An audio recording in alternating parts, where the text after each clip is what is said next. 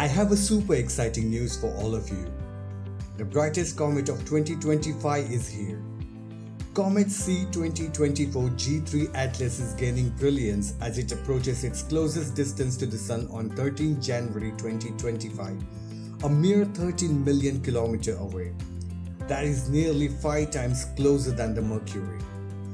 If the comet survives perihelion, it could reach Venus-like brightness of up to -4 to -6 magnitude, making it visible through the binoculars. Look for the comet in the morning sky between January 10 to 13 and in the evening sky between January 12 to 18. This comet's recent outburst is promising. On 2nd January, Terry Lovejoy from Australia observed it with binoculars as 3.7 magnitude star-like object with a short tail. By January 3rd and 4th, the comet brightened to 1.5 magnitude, visible to the naked eye even during twilight in the Southern Hemisphere. While this surge hints at possible disintegration, recent images show its pseudo-nucleus remains intact. So stay tuned.